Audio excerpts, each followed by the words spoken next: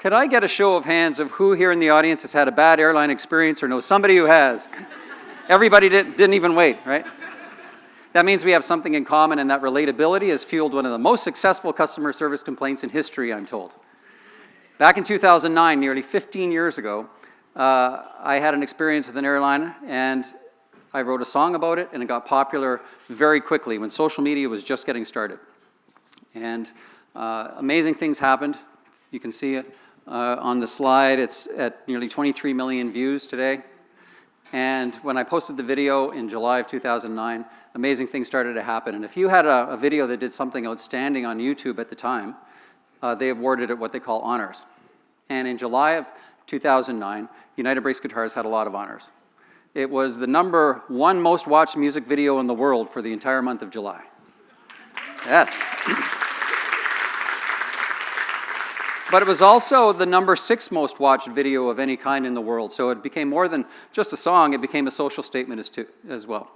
There were mothers who didn't mind taking videos of their little kids singing words like libel and to things like United Brace Guitars. And you're probably familiar with South by Southwest, big festival down in Texas. There's 2 components to that. There's the interactive portion where I was, and it was only 18,000 delegates. This is a giant conference. And then the next week is the busier week of the music component. But I was in the first week, and I was doing a talk in a small room with maybe 50 people in it. And I walked out, and a man in uniform came up, and he said, "Mr. Carroll, I'm with the United States Marine Corps. I just want you to know that all of the top generals in our military have studied your video." And as a Canadian, I was concerned, right? I was looking for drones and wondering what this all means. And probably the coolest thing that's ever happened to me because of United Brace Guitars is the video and myself was a $1,000 question on Jeopardy.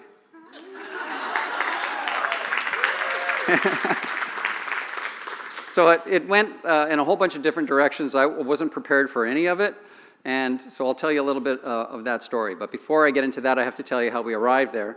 And I am a proud member of a band called Sons of Maxwell. Thank you. And Vanessa Burns used to book us in downtown, and we were just getting started together. But our dad's name is Max. That's how we came up with the name Sons of Maxwell. And we've toured all over the world, and we're wildly successful in the music business, not because we had millions of fans or made millions of dollars, but for 20 straight years at the time, in 2009, we had managed to avoid the dreaded day job and just played music, and that's how we made our living. So that's hard to do, and we were proud of that, and we got to travel all over Canada, the US. We traveled as far as China, across Europe, a little bit in the Caribbean, and we had a really great career. And we were playing in 2008 at a showcase, and the audience is filled with people who might buy our show.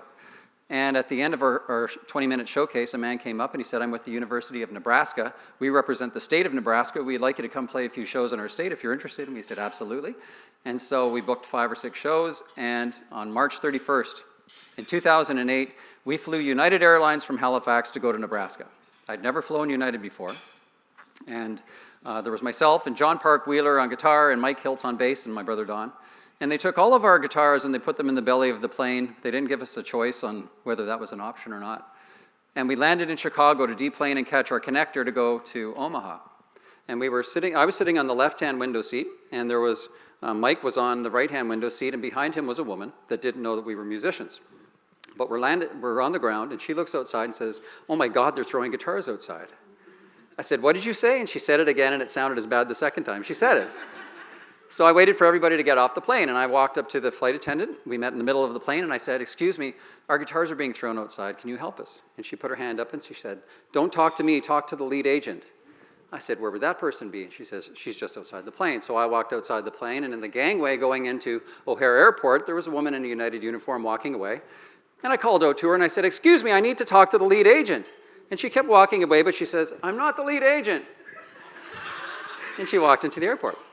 So you know, at an airport, there's always a wicket like this at the gate. And I walked in, and right at the end, there was a wicket just like that, and another woman about to make a phone call. So I interrupted her, and I said, "Excuse me, our guitars are being thrown out there. Can you help?" And she stopped her call long enough to say, "But hun, that's why you signed the waiver." And she started talking on the phone again, right? So it wasn't bad enough that our guitars were being thrown around on an international airport tarmac. I'd just been rejected by 3 women in 5 minutes. And we landed in Omaha. It was late, it was after midnight, and there was no one really to talk to. I had 2 guitars with me. Everyone looked at their guitars. No one saw any damage. And I had an Ovation guitar and a Taylor guitar, very much like that one. And the Taylor guitars, they're kind of high-end guitars. I bought mine for $3,000 when I didn't have $3,000.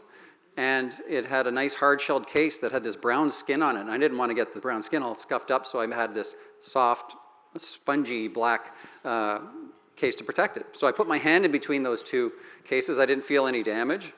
And we went back and we went to sleep because we only had 4 hours to sleep before we were going to be picked up to go to the university to play our first show.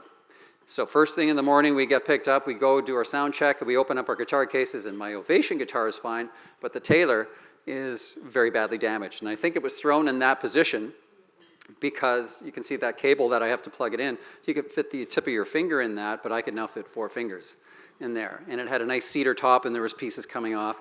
It was awful. And I bought that guitar, like I said, when I didn't have actually $3,500. That's what it cost me.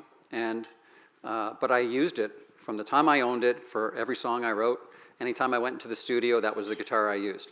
And if you know musicians, they don't just order them from catalogs and that sort of thing. You got to try them all out. And I went through the whole process and arrived at that guitar for myself.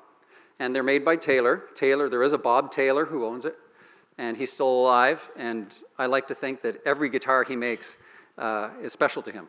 I like to imagine that he lies in a bed and someone puts a guitar in bed with him and he says, "I love you, baby, but I got to let you go." Right? So I was pretty upset. But I knew they wouldn't just send me a check as though money could solve the problem. They'd want to see it. So after 4 or 5 days, we finished our tour. I went back to the airport, and I tried to get the woman that I met checking us in to take an interest. And I said, "Can you look at this guitar?" And she says, "I don't want to see that here. You have to go back to the airport you started at," which was Halifax, Nova Scotia. So we landed in Halifax. Again, it was late, and there was no one to talk to, but there was a blue 1-800 form. So the next morning, I called the 1-800 number, and I spoke to the good people in India. Right? And they were the most sincerely apologetic people I spoke to for the next 9 months. But they weren't empowered to do anything, right? So I said, "What should I do?" And they said, "Well, just bring it into O'Hare Airport." And I said, "You don't understand. I'm a Canadian. I live 2 time zones away. I just can't bring this in." And so they said, "Well, you have to go back to the airport because Air Canada is the Star Alliance partner, and they will do a claim for you." And that was the beginning of a really frustrating customer service maze because I went back to Air Canada at the Halifax airport, and I showed them the guitar, and they said, "Yep, it's broken." They said, "But we'll open up a claim, but we're going to deny it because we're not going to pay for the damage that we didn't do to your guitar in another country." And that actually made sense. But so they gave me a starting point, and that for 9 months became the cycle that we've all been through, where you call a number, no one can help you, they give you another number. Maybe, in my case, I called this number once, and the lady said, "How did you get this number?" That's all she wanted to know. And when she said, "You can call back tomorrow," I imagined her desk was covered with files with people like me. And I called her the next day, and that whole number was disconnected. So it was that kind of thing. And my wife, Jill, worked for customer service at Bell. And so she was working at the VP level, managing a team of people who take the angriest of the angry calls. And so she was always coaching me along. She'd say, "Don't get mad at the person you're going to talk to. I take calls from people like you every day. You be nice." And so I was as nice as I could be, and I just tried to move things along, but they never seemed to. And eventually, after about 9 months, I heard from a customer service rep named Miss Earlwig from United Airlines by email. Now, this isn't the real Miss Earlwig. This is my friend Christine Bodeman from Halifax. She played Miss Earlwig in all 3 of the videos for United Brace Guitars, and I only had $150 to make that first video, thanks to my friends donating their time and stuff. So Christine didn't get paid, but she did get marriage proposals for her work as on YouTube proposals. And so Christine, or Miss Earlwig and I, we communicated by email for about 9 or 10 times. And she was really good at her job. She never crossed the line. She was never impolite, never improper. But they say sometimes when you get kidnapped, you fall in love with your kidnapper. I started to develop a crush on Miss Earlwig, and my wife Jill said I had to stop. And after like 9 or 10 emails, Miss Earlwig finally broke up with me. And she said, "Mr. Carroll, you didn't open a claim within 24 hours, 9 months ago, so we're not responsible for the damage to your guitar. Right? And so you can imagine after all that time, you'd be frustrated. So I started typing back to her without even thinking, real time at like 11 at night. I said, Mr. Olwig, if I was a lawyer, I would sue United Airlines, but I'm not. And I looked and I had a perfectly intact guitar sitting right beside me. I said, if I was a lawyer, I'd sue you, but I'm a songwriter. So I'm going to write 3 songs, and I'm going to make 3 music videos, and I'm going to put them on this thing called YouTube that I'd heard about. And I said, I'm going to try and get 1 million views in the next year with all 3 videos combined. And I said, you don't need to respond to me like you promised you wouldn't. I'll keep you tabs so that when that first video goes up, I'll let you know, and together we can get to 1 million that much quicker. That was my goal. And that's the last time I ever heard from Mr. Olwig. That was in December of 2008. And so Christmas comes and goes, everyone's busy, and in January, I'm one of these people that like to set goals. I think about what I want to accomplish in the next year, and it's also the time of year where I forgive myself for the things I didn't do that I promised I would the year before. And so I'm thinking, okay, what am I going to do in 2009? And I remember that I promised one of the world's biggest airlines, not 1 song, but 3 songs about the same thing, and not 1 video, but 3 videos, without any money to pull any of that together. And writing 1 song is hard. About anything, but if you want to try and write 3 without being redundant, that's tricky. So I said, why did I say 3? 1 probably would have been enough. But I did promise 3. So I said, I'm going to do 3. And like anything else, you have to understand that songwriting is like any other business. You have to know where you are today, and then think about where you want to be, where your goal is, and you have to have guideposts along the way, because if you don't, and you're off by a degree on a long journey, you'll never wind up at the goal. So songwriting is part creation and part science. There's things and rules you have to apply. And I had to think about who my potential audience would be when I wrote this song, because you just can't write, like I say, without the guideposts. So I had to know who my audience was. And I kind of figured who it would be, and I could tell you that, but I'd rather show you graphically. So graphically, the reason I'll do that, because fast forward, when the video went viral, about a month into it, I got my first call to do a speaking event. And my brother Don did most of the talking in Sons of Maxwell. And so I'm kind of an introvert. And so if I was talking and I ran out of things to say, I could just sing a song, right? But I got called right out of the blue from a company called Right Now Technologies, and they said, Dave Carroll, we're having our biggest event of the year in Colorado Springs at the Broadmoor Hotel, this beautiful hotel, and we want you to be our opening keynote speaker. You don't have to speak for very long, just 40 minutes, all right? And they said, you don't even need to bring your guitar unless you really want to. And they said, would you like to do it? I said, of course. And they said, you do this all the time, right? I said, of course I do. But I'd never given a speech in my life. And they said, great, well, the event's next week. Can you send us your slides and so we can check them out in advance? So I had to think fast, and I said, I'd like to customize those for you if you don't mind. And I got off the phone, and I called my father-in-law, Brent, and I said, Brent, what's a PowerPoint presentation? Because musicians don't use PowerPoint. And so, to make matters worse, I had to go touring. I had gigs booked in Saskatchewan. So I left for Saskatchewan, and I learned what slides were, and I gave content for the slides to my father-in-law to make this slideshow, and he would meet me in Colorado Springs. So the day before my first ever keynote, I'm in a room with 750 empty chairs of 750 of the biggest brands in the world. The US Air Force was going to be there, Sears, Disney, like the biggest of the big names. And there's 30-foot screens on either side of the stage that will be projecting close-ups of my face giving my first ever presentation. And in walks my father-in-law, Brent. I haven't seen him in a week, and he hands me the USB stick with my slideshow on it. I give it to the person who hired me, and he gives me one of these. He says, just advance your slides to make sure they're in order. And I'm blown away. And Brent did a great job. I'm not just looking at the slides. I'm like, that's a good one, right? And I look at the guy, and he now knows I've never given a speech before, and he's getting really nervous, right? And so we had this sort of standoff in the old Western movies where we were looking at each other, and I started to feel like a fraud, right? Because I had said I could do this, that I was qualified. They were counting on me to deliver the keynote address to kick off the whole thing, and he knew that I had never done it. And so I had to calm myself down, and I said, well, this stage is not unlike a stage that I would play music on. I've been in front of people many times, and I'll just go back to my room and practice the cards cheat notes I'd given myself until I have it down. But at 2 in the morning, I'm still pacing back and forth in my room, and I'm getting really nervous thinking about this. And I had to remember that I'm just there to tell my story, right? Nobody else had that story but me. I was there to be myself and nobody else. And so that really calmed me down. And the next day, I broke my presentation down to 8 5-minute sections, 8 5-minute stories that I felt comfortable I could move along through, and it was a success. I like to think I've gotten better since then, but the first one was a success. And a guy came up to me after and he said, if that's your first time, you did really well, but I noticed you didn't have any charts or graphs. You got to have charts or graphs. We're business people. We don't make any decisions without charts or graphs. We have to have a chart and graph to account for everything we do. And so I decided I would make a chart or graph to describe to you who my perfect audience for this would be.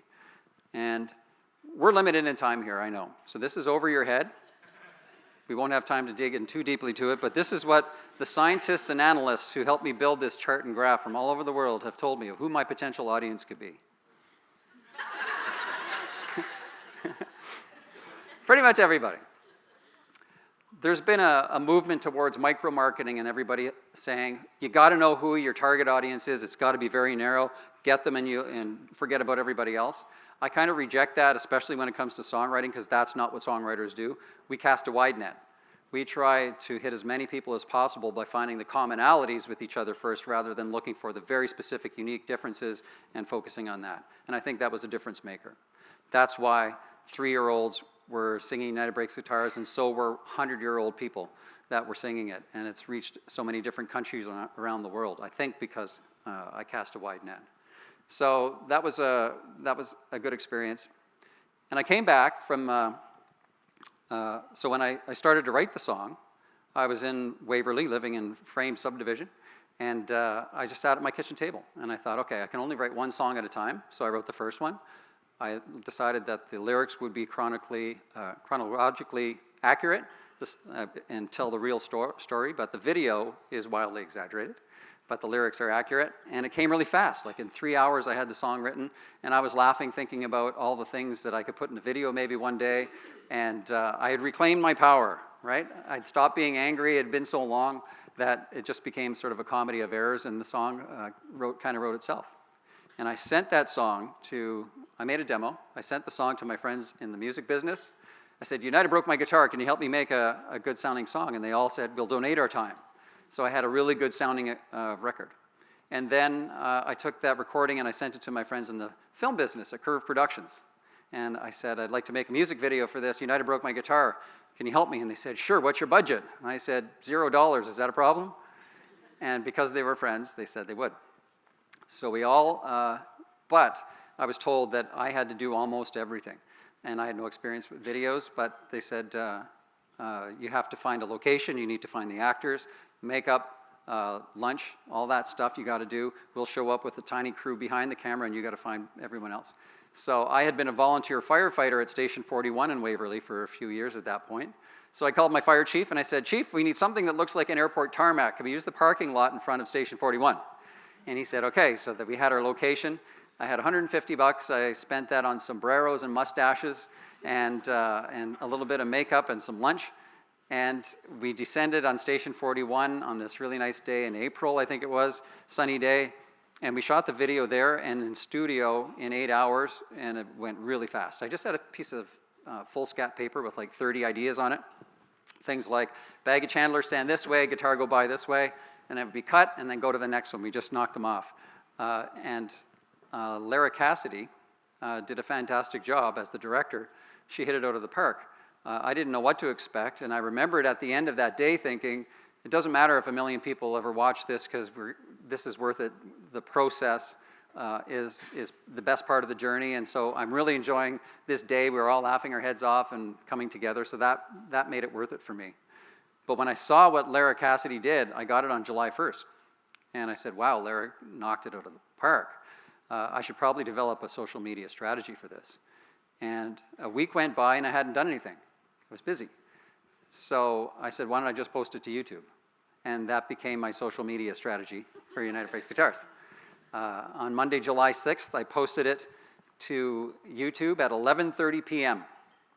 And I sent out 2 messages. This is the glory days of social media, right? In Facebook terms, if you sent out one message and you wanted all of your friends to get it, they would get it as a private inbox message. So I had 400 friends. I said, United broke my guitar, can you watch this video? And I had 300 friends in Outlook Express. That was my email database. And I sent it out to them, said, United broke my guitar, can you watch this video? And that's the last 2 times I've ever asked anyone to watch it. I went to bed, I put it up at 11:30 p.m. I went to bed at midnight and I had 6 hits. And I thought all 6 were mine, right? I was prepared to watch it 1,000,000 times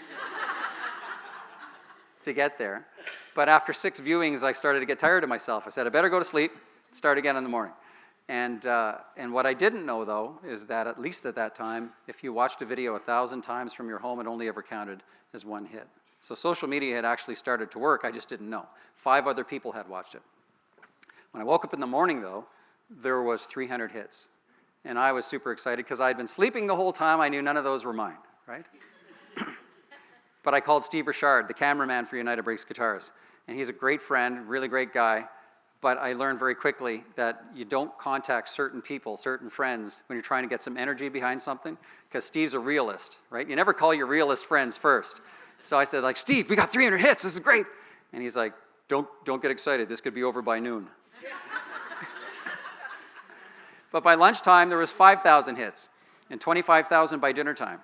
And ironically, Don and I had a gig in New Glasgow that night to 500 fire chiefs from around Canada, maybe. And so we drove there, and I didn't even have a smartphone at the time, just a regular cell phone. So normally you would be glued to the number, right? But I had to kind of leave it all alone, played our show, put my phone away. And when I got off stage, though, there was a message on my phone from the LA Times. They had heard about United Breaks Guitars from the Halifax Chronicle Herald and wanted to do an interview on it. So while I was driving home from New Glasgow, I was doing an interview with the LA Times, and they said, it might be in the online overnight edition, we don't know. And sure enough, it was, because the next morning, at about 6 in the morning, I got a call. I was lying in bed, asleep, and it was C100, the radio station. And it officially started a media frenzy. C100, in my experience, if a radio station calls, they typically ask if you want to be on the air, but C100 just put me on the air. So I was lying down and like, Dave Carroll at C100, we want to talk about United Breaks Guitars. And I gave my first interview lying down, and they said it was going bananas. So after the interview, we rushed to the kitchen where my laptop was, opened it up, and the video had started to go up exponentially. And that's the true definition of a viral video, at least it was at the time. Not just a big number, but going up from 4 to 8 to 16, et cetera. And we were getting messages from people from all over the world. Some people couldn't speak English, but they were trying to communicate, we love your video. Often it was, don't take the money United's going to be offering you. You're doing something good for customers everywhere. There were media sources from everywhere calling on every possible way. Phones, my phone, Jill's phone, my brother Don's a firefighter full-time. He was getting calls at the station saying, can you get us 5 minutes with your brother? And it was insane. So we were first-time parents at that moment. Our son Flynn was only 3 months old, so we were tired all the time. And I remember being in the kitchen on that first couple of days, and I'm on the phone taking an interview. Jill, my wife, is a good multitasker, but even she was overwhelmed. She's taking a phone call about an interview, answering an email, and breastfeeding Flynn at the same time like that. And it was insane. So we had to double the size of our home-based business. I went to Walmart, and I bought a card table and a 2-line phone. And we went home and we hunkered down for this really crazy couple of weeks where I was doing interviews all day. From sometimes like 6 in the morning, you'd go do the morning TV things, interviews all day, stop at maybe 11 at night, and then go get 2 hours sleep, and then you'd be doing the European morning circuit.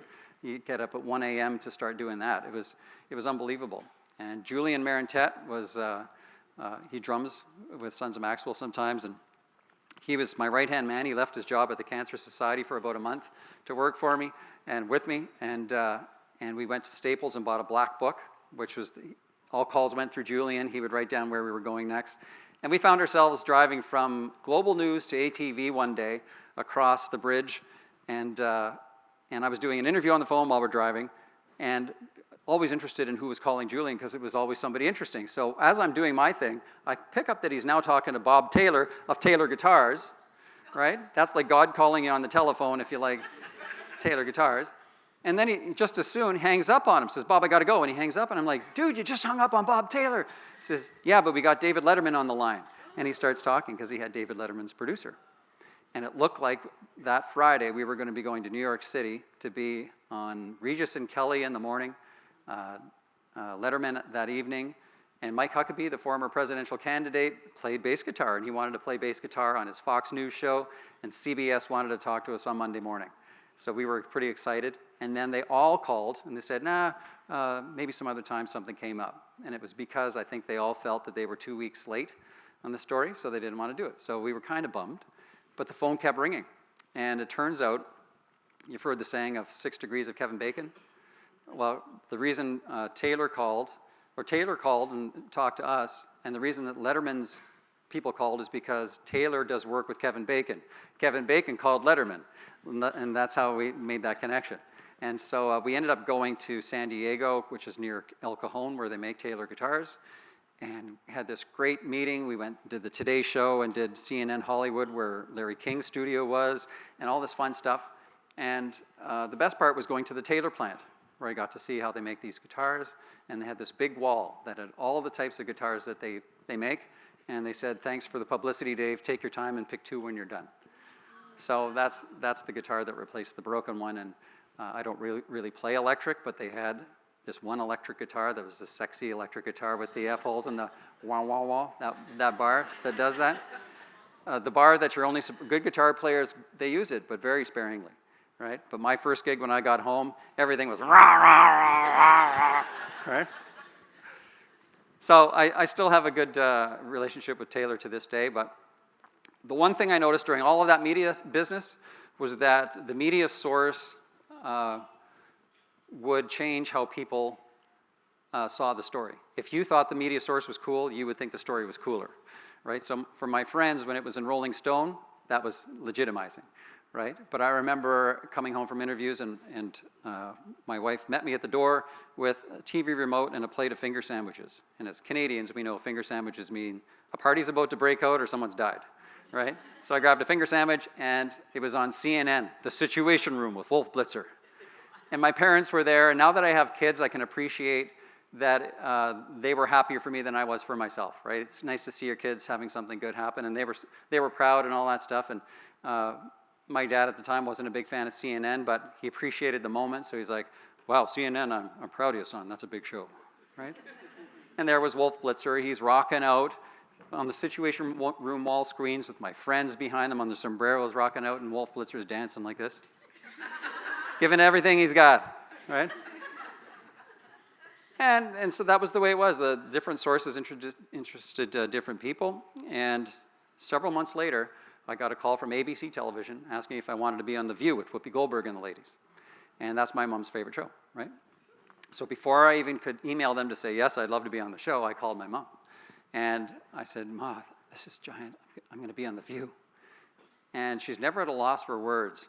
But there was this dead eerie silence, and then, holy fuck. This turned my mother into a potty mouth, right? My dad, not a fan of the show, but he's like, that's a popular program, son, I'm happy for you, right? But about a week later, I come back from that, and I did an interview with Reader's Digest on the phone, and I call home to talk about other things, but I said to my mother, mentioned to Dad, I just did an interview with Reader's Digest, and hung up the phone. And I've never heard my dad so excited. He calls back, son, Reader's Digest, this is huge. This is going to help your CD sales, he says.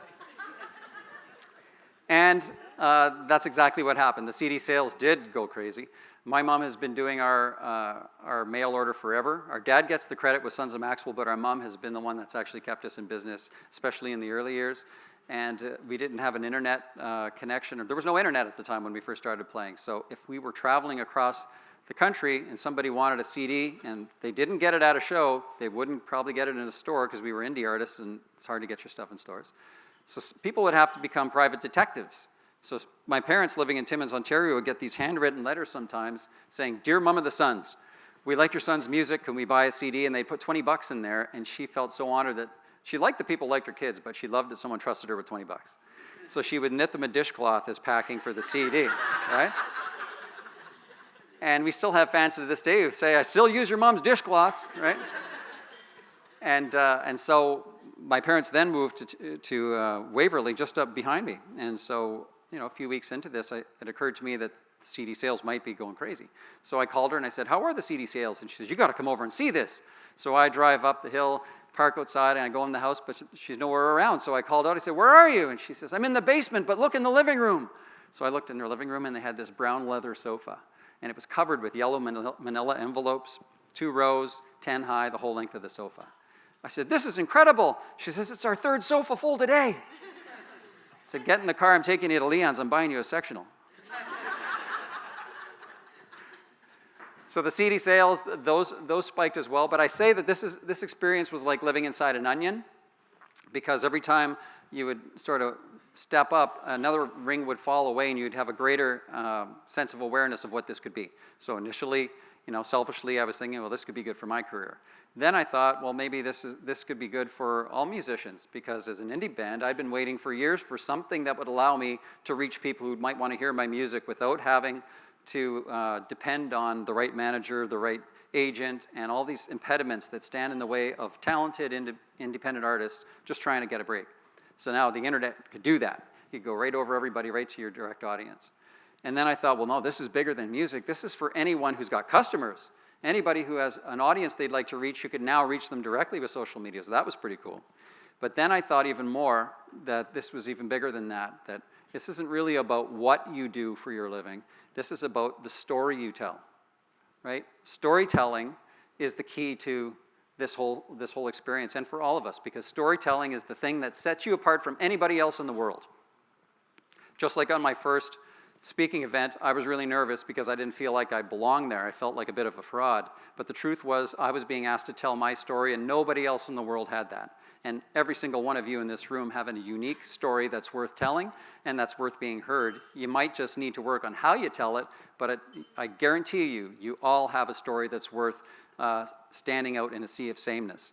And so I had this experience where a man sent an email that taught me this, or reminded me at least, very early on, where he said, Mr. Carroll, I hate country music, which wasn't good for that song anyway.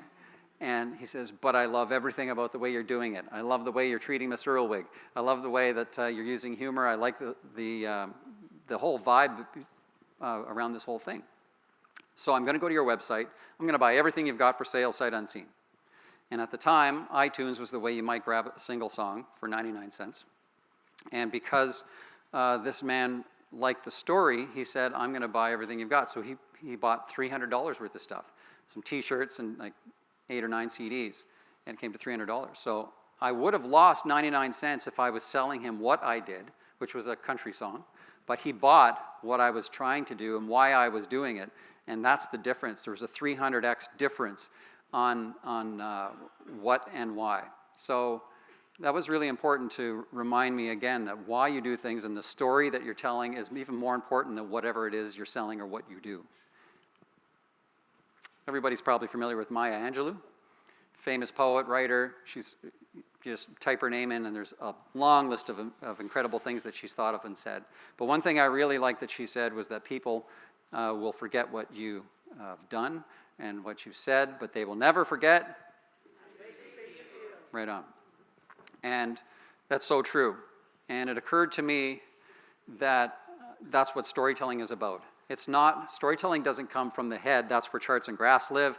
That's where you make logical statements. But storytelling comes from the heart. And therein lies kind of a superpower that I'll talk about in a second. But it occurred to me that if you are in the storytelling business, and we all are, that we are actually in the M&M's business, because we're trying to create memories and moments. That's the whole story. It's that moment when something happens. When you love somebody and you have never said it before and they haven't said it to you, and you have the courage to say, I love you, and you wait, and maybe they say, I love you back, that's a good feeling, right? That's the moment that you remember. You probably, hopefully both remember it. And that's why I say that M&M's, memories and moments, are the crux of the story, and that only comes from the heart. And this isn't just, hopes and dreams talk I'm talking about. This is backed up by science. Paul Zak is a researcher, and he did a study on cortisol and oxytocin, the two hormones that get released. Cortisol would be if you're being chased by a bear. You want your body to release some of that to motivate you to move faster. And if you have that experience where you tell someone, I love you, and they say it back, your body's probably going to be filled with oxytocin. So that's something you also want your body to anchor as a memory. And he had this experiment where he had a control and experimental group come in of people. They each paid a stipend.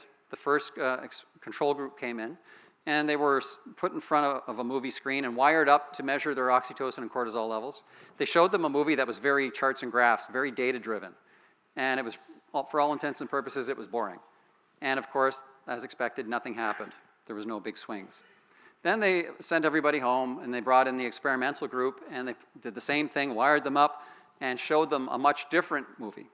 This little short film was showing a man pushing a little girl on a swing, and there was a voiceover, and it's the father talking, and he says, it's bittersweet because every time he pushes her, it's one less time because she's got terminal cancer. And you can imagine what happened to the oxytocin and cortisol levels. They went bananas, as they expected. So they had some proof there, and they said, thank you very much, and sent them home. But what they didn't tell the people is what they were also studying was their reaction to what they did with their stipend, because both groups were offered the opportunity to donate money to a booth outside to some charity.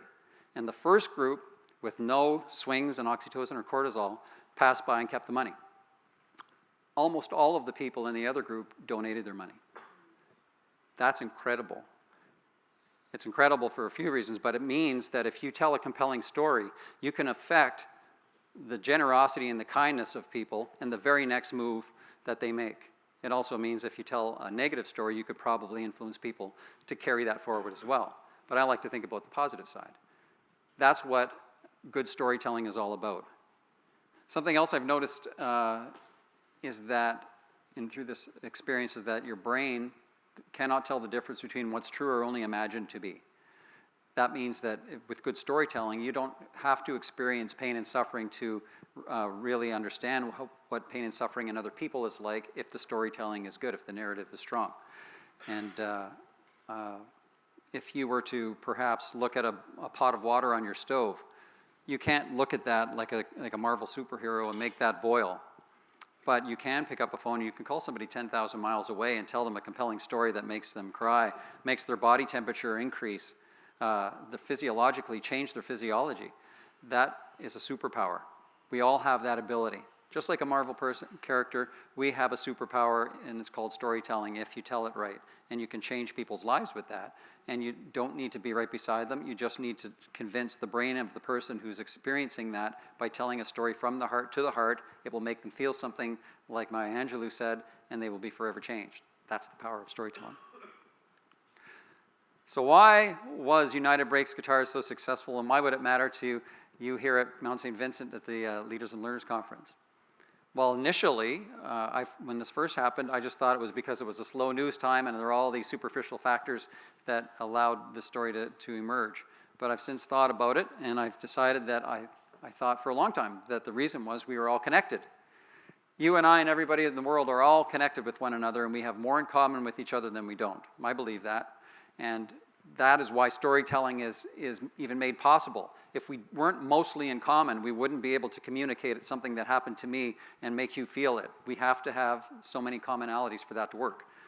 And I had this experience where I was early on with this in Australia, delivering a keynote, had a great time, and I was going home, but I had 4 extra hours.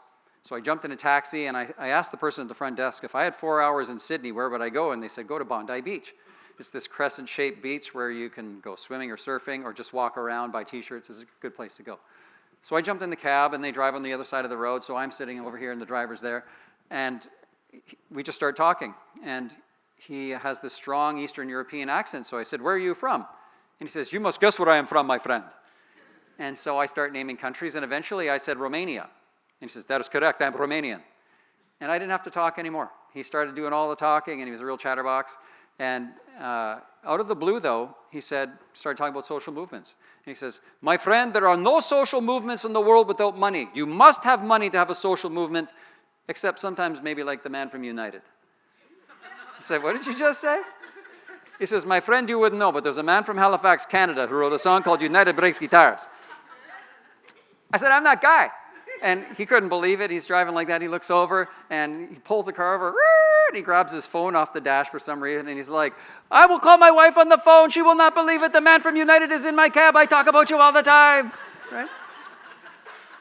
Me and this guy should have had nothing in common because he came from a communist country under Ceausescu, and he was in the Navy, and now he's driving cab 14 time zones away from me in a remote part of the world. And for that time anyway, he was telling anybody who was getting into his cab about United Brakes guitars because he understood it and he felt it, and he knew that other people would get it and resonate with them too. That's a pretty cool experience to have. And it's because of this belief, I think, that we all are connected. So that's kind of where I went for 5 or 6 years when I was telling this story. But then I started thinking more, and I thought, there's got to be more than just that we're connected. And what do you do with that? If that's the case, what insight can I take from this story? And it has to do with the fact that I think that there is an elephant that has been sitting unintroduced in every room that we've entered for a very long time, especially in business. And I think it's starting to change a little bit, but it's been unintroduced in a very long time, and it's this opportunity of a lifetime. And the elephant that I'm talking about is compassion. Compassion is a tool in business that we've had and we could have used many times, but we didn't, because the traditional business model is you got to win the business, you got to destroy the competition, and that's not necessarily the way to be successful, right? I don't think it is. And when I talk about compassion, I use a simple definition that it's the deep awareness of the suffering of another and the willingness to alleviate it without causing harm to anybody else along the way. So it could come in any form. Compassion can become in any form. If you were walking down a hallway and you saw a mop in the middle of the floor, picking it up so no one else trips on it is an act of compassion. If you took the mop, though, and you threw it over into another part of the floor to get out of your way, you might be hurting somebody else. That's not necessarily compassion, right? So if you do something in the service of somebody else without hurting anybody else along the way, that's what I define as compassion. And there's room for that in every business and organization and every personal interaction that you have. You can always be a little bit kinder. And that's been a powerful realization for me, because compassion, unlike so many other things, it's free and it's highly contagious. When you introduce it into any room, it explodes in all directions, and just like Paul Zach showed, show a little kindness to other people and it has a ripple effect and it never runs out, right? So it's a powerful thing. So I developed a very simple, intentional process that I call compassionate design. And it has to do with, metaphorically, with a triangle. So this is a pretty good looking triangle as far as triangles go. Nothing really big about it, just a blue triangle. But there are 5 stakeholders with every business, I believe. And they are your clients and your employees and your suppliers, the people who supply your businesses, the greater good like the community, and your shareholders, because profit isn't a bad idea. And if you were to only try to accomplish one of these wins for one of these 5 stakeholders, you would be a flat 2-dimensional triangle like this. If you only cared about profit and left all the other 4 items on the table, you'd be a flat 2-dimensional triangle. And there are companies like this that make a lot of money, but their employees aren't happy and their suppliers are hurting and the community doesn't benefit, and their customers probably aren't happy either. But I discovered when I was looking at this triangle and I started doodling with it, that if you added a line to this triangle for every one of the 5 stakeholders, it becomes a different thing. If you put a line there for your clients, and one for your employees, and one for the suppliers, and the greater good, and didn't forget about the shareholders, you turn that triangle into a pyramid, right? And that's a wildly different thing than a triangle. A pyramid has this big giant square base. It's got 4 sides, not just one. Pyramids last thousands of years. They stand high in the horizon, they stand out in the sea of sameness, and walking in the desert, you're going to notice a pyramid. And they can withstand a lot of force on one side because they have 3 other sides backing them up in the base. And the one thing I've noticed is that millions of people go to these pyramids every year so they can stand there and take a selfie and show all their friends, look who I'm standing beside today. If you wanted to create a brand, try to find as many wins in the 5 stakeholders as possible, because then your brand will become a pyramid rather than a triangle. That's attainable for everybody just by caring. One of my pandemic projects, how was your pandemic, by the way?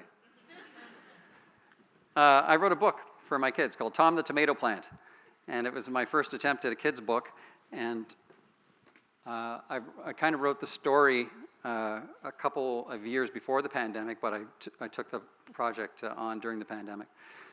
And my dad had taken my son, Fisher, who was young at the time, to church. And they were coming home, it was wintertime. Fisher must have looked at the cemetery and he said, "What's that over there?" And my dad said, "Well, that's where you go when you die." And then probably driving took his attention away, and that was the whole death and dying conversation, right? So I'm lying in bed at night with my son, and I would often tell stories and just riff. They could sometimes decide what the content was going to include, and I would have to riff a story. And almost always they would say, "That story sucks, Dad." But this one night, he's upset, and I said, "What's wrong?" And he says, "Well, I don't want to die and be in a box under the snow in the dark forever," because of what my dad had told him about death and dying. So I came up with a story arc of the story life of a tomato plant named Tom. Now, Tom is smaller than all the rest, and his earliest memory is going in the back of the farmer's market truck, bumping along, and with all the other tomato plants. And when they get to the farmer's market, they put them on a table, all the bigger ones in front, and they put a sign saying tomatoes for sale, and they put Tom at the back because he's smaller. And every day, as expected, people were more interested in the bigger tomato plants. The farmer was always busy. He gave water to them every day, but sometimes too much, so they were cold and wet, and other days not enough, so they were dry and thirsty. But every day, people were coming by and picking the bigger tomato plants first until late in the season. The sign was hanging there, and Tom was forlorn with his vines hunched forward because he knew he was never going to find a forever home because nobody was showing any interest. Until one day. One day, a family came along, and there was a little girl and her brother and mom and dad. And the little girl looked on the way by, and she said, "Mommy, why is that tomato plant all by itself?" And the whole family went over and took an interest. So this little girl didn't have any power. She didn't have the money. She didn't get to call the shots. She wasn't authorized to say where and when. But she persuaded the family by taking an interest in Tom, and they all went over, and they all had a discussion, and they decided that they would give Tom a forever home and bring him home. And that's what they did. They put Tom in this bigger pot with fresh soil, threw the other one out, and they put Tom in the sunniest spot on the deck that they had. And every day, Tom was so appreciative that he reached up and he tried to touch the sun, knowing he would never touch it. But he wanted to get close because he knew he would grow bigger tomatoes for them if he was closer. And sure enough, eventually Tom grows 4 big tomatoes for each of the 4 family members. And they take turns showing gratitude. And the little girl was last because that was the best friend. And they all said, "Thank you, Tom." And they took turns and they went into the house and enjoyed their tomatoes that he had grown just for them. And he felt like $1 million. That was his life's purpose, was to do what he had done. And outside the window, it was late in the season, and it started to snow. And he'd never seen snow before. It felt a little cool on the outside, but he was so warm on the inside that he didn't really even notice the snow. And he started to notice that his vines were starting to wither. He was so encapsulated by growing these tomatoes that he didn't even notice that. And he was filled with gratitude, and he started to remember what he was before a tomato plant. And he looked through the window, and he watched his family enjoy those tomatoes, and he took one last look at them and smiled, and then he let sleep come. And that's the story of Tom the tomato plant. And at the end of that, my son said, "That's a pretty good story, Dad." So I wrote the book. And I'd like to sing a song that comes with this song, or this book, because they say dance with the one that brung you. And I didn't write the song for the book, but I think it has the messages that I wanted to go along with it. And it's called The Giant.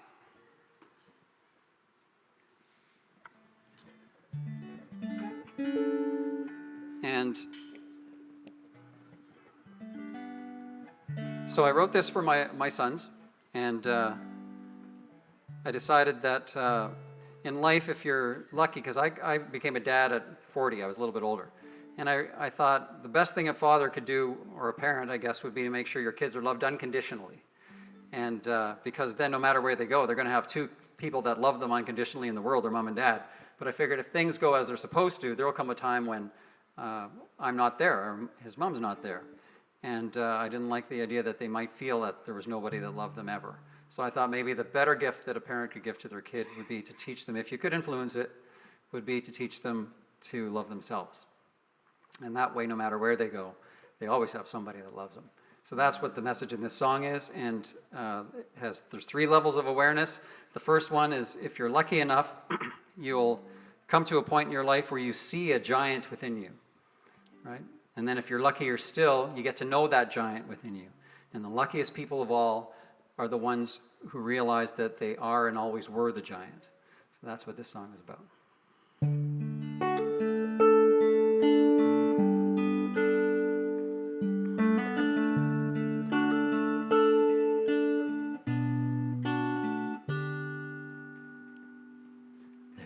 nothing you could do, there's nothing you could say to cause the love I have for you to shrink or fade away.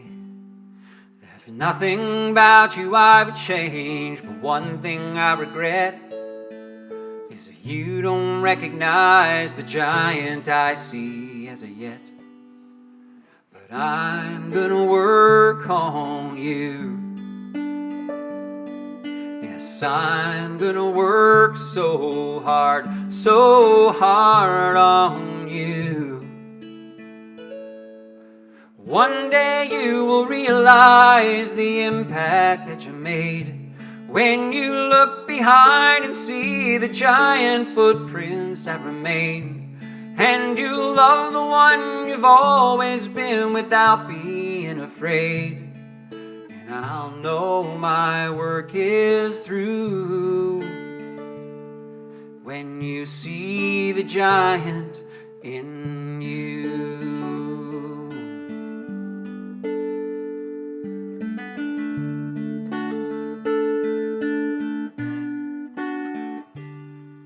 There's nothing more I want of you, but one thing that I fear is that you may never love the face that looks back in the mirror. And I know that my words are weak, but this is where we start, and they'll take on new meaning when you know them in your heart. 'Cause I'm gonna work on you. Yes, I'm gonna work so hard on you. One day you will realize the impact that you made when you look behind and see the giant footprints that remain. And you love the one you've always been without being afraid. And I'll know my work is through when you know the giant in you.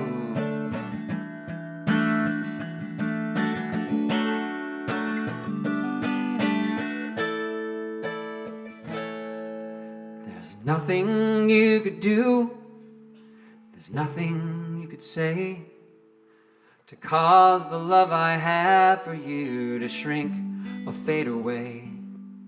'Cause I'm gonna work on you. Yes, I'm gonna work so hard, and one day soon you'll know the giant is you.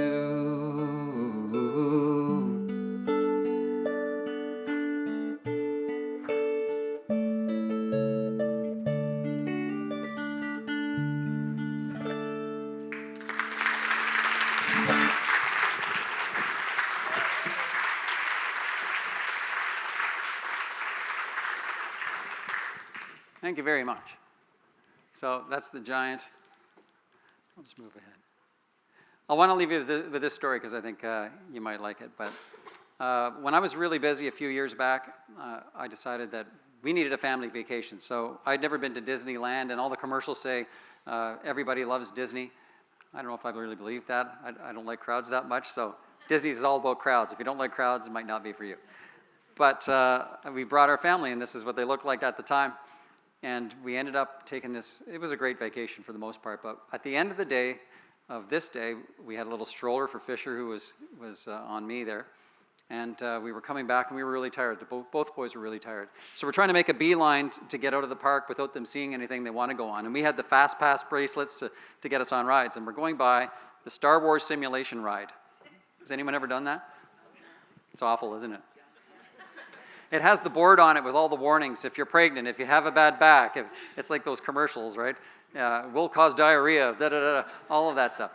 And there's a black line that for the height restriction. And if you're not tall enough to make that, you don't get to go on the ride. So Flynn saw it. He said, "Dad, I want to go on that."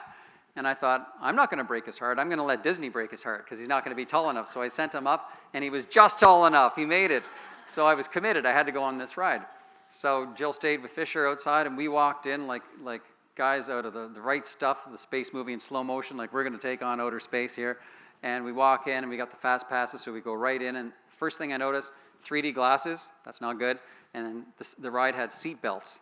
So I knew it was going to be awful. And Flynn goes right to the front row, front 2 seats. So I'm sitting at the outside. He's right beside me. We buckle in, get all buckled in, and it's as bad as I expected. We're moving around. It feels like we're going in circles, but we're really just being jerked around. And during this whole experience, I look down at him, and I'm being thrown around, and he's being thrown around, and I can't help him. So it's like, son, every man for himself, and I'll see you at the end of this thing. And about a minute later, it ends, and I'm hot and sweaty. I'm feeling nauseous. So I communicate that with my son. I look down, and I said, Flinny, I'm not feeling so good. How are you? And with his 3D glasses on, he says, I pooped.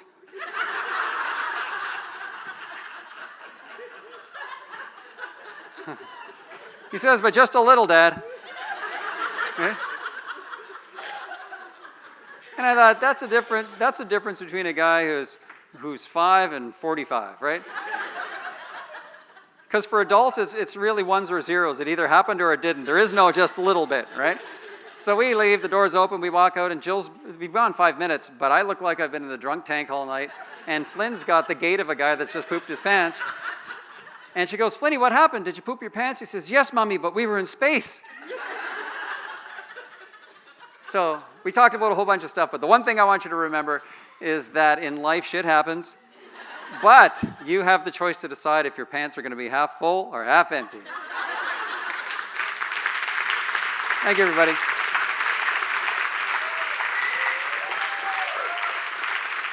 Thank you very much.